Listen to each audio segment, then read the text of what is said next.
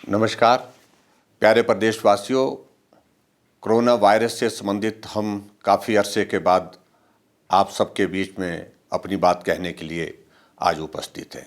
पिछले कुछ दिनों में हमने इस बात को देखा है कि पूरे देश भर में बहुत तेज़ी से कोरोना वायरस के मामलों में बढ़ोतरी हुई है। हिमाचल प्रदेश में भी पिछले दिनों में कोरोना वायरस के मामलों में बहुत तेज़ी से बढ़ोतरी हुई है।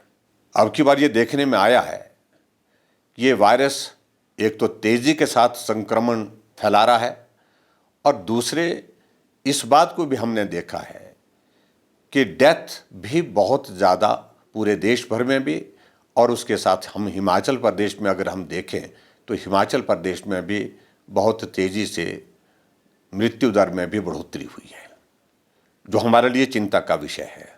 हमने इस बात को देखा कि 23 फरवरी तक हिमाचल प्रदेश में कुल 58,423 मामले थे और एक्टिव केस सिर्फ मात्र 218 थे।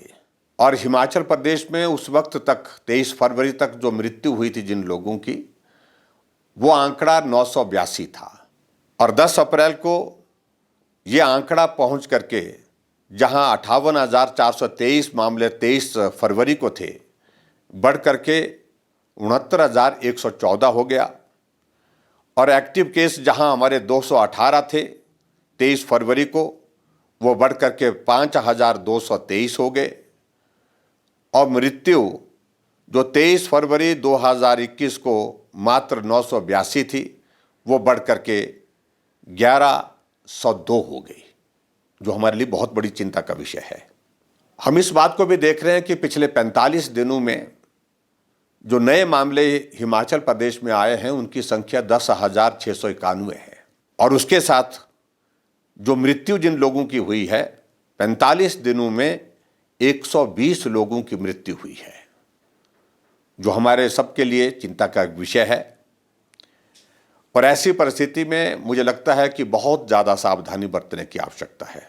पिछले साल हमने इस वायरस का असर छोटी आयु और नौजवानों के बीच में कम देखा था, लेकिन अब की बार हमारे लिए चिंता का विषय और भी ज़्यादा है कि इसमें स्कूल में पढ़ने वाले बच्चे और उसमें कम आयु के हमारे नौजवान साथी, उनके बीच में भी संक्रमण बहुत तेज़ी से फैला है। ऐसी परिस्थिति में हमें अब बहुत बड़ी सावधानी के साथ काम करने की आवश्यकता है। हालांकि पूरे देश भर में कोरोना वायरस के खिलाफ वैक्सीन का अभियान सफलतापूर्वक चल रहा है और हिमाचल प्रदेश में भी हम कोरोना वायरस के खिलाफ इस वैक्सीन के अभियान को बहुत तेज़ी से आगे बढ़ा रहे हैं। लेकिन वैक्सीन उपलब्ध होने के पश्चात भी हमको वही सावधानियां गंभीरता के साथ लागू करने में सहयोग करना चाहिए, चाहे वो स्वयं अपने ऊपर है, चाहे वो साथ में हमारे समाज के ऊपर है। इसमें हम आप सबका सहयोग चाहते हैं। मुझे इस बात की भी प्रसन्नता है कि आप सबका हिमाचल प्रदेश में बहुत बड़ा सहयोग, जब हमारा कोरोना वायरस का वो पहला दौर चला था उसमें बहुत बड़ी मदद मिली है। लेकिन अब की बार का ये दौर और भी ज़्यादा गंभीर दिखता है क्योंकि इसका स्प्रेड, इसका संक्रमण बहुत तेज है। ऐसी सूरत में आपका सक्रिय सहयोग हमको बहुत बड़ी मदद करेगा। मेरा आप सबसे विनम्र निवेदन है कि हम उन्हीं तरह की सावधानियों को हमेशा स्मरण रखें, मास्क पहन करके जाएं और सोशल डिस्टेंसिंग को मेंटेन करें, अनावश्यक रूप से भीड़ वाले इलाके में जाने से परहेज़ करें।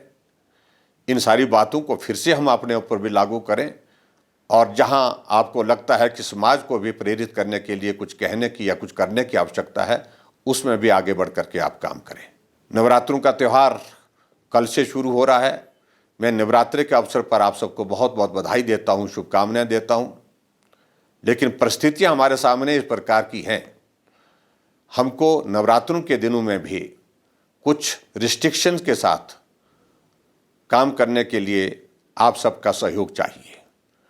और वो विशेष तौर से हमने तय किया है हिमाचल प्रदेश में कि मंदिर हमारे खुले रहेंगे दर्शन करने के लिए, पूजा करने के लिए, लेकिन जो लंगर, भंडारे और इसके अतिरिक्त जो हमारे जागरण होते हैं, उन पर ऐसी परिस्थितियों में रोक लगाना हमारी व्यवस्था है।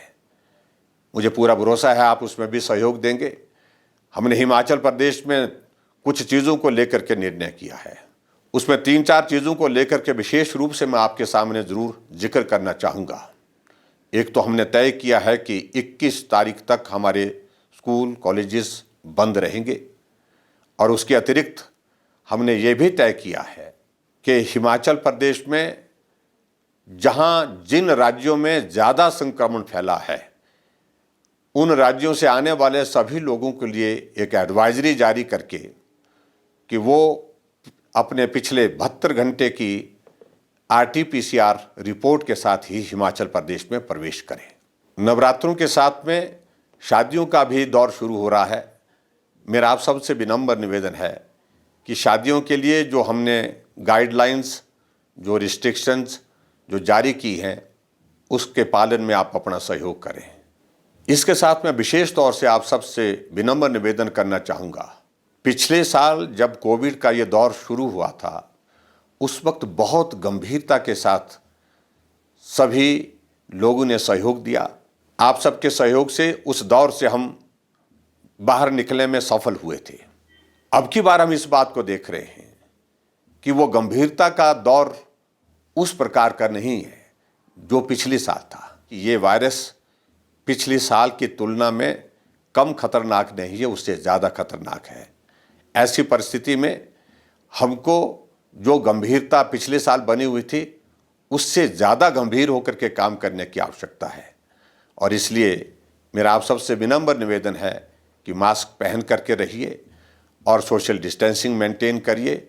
अनावश्यक रूप से भीड़ वाले इलाके में बिल्कुल मत जाइए, और बुज़ुर्ग लोगों को भी इस बात के लिए, जैसे हम पहले भी कई बार कह चुके हैं, कि अनावश्यक रूप से भीड़ वाले इलाके में जाने से परहेज़ करना चाहिए। इस दौर को भी हम निश्चित रूप से हम पार करेंगे। मैं आप सबके उत्तम स्वास्थ्य की कामना करता हूँ। आप स्वस्थ रहें, आपका परिवार स्वस्थ रहे, पूरा प्रदेश स्वस्थ रहे, देश स्वस्थ रहे। इसी निवेदन के साथ आप सबका बहुत बहुत धन्यवाद। नमस्कार।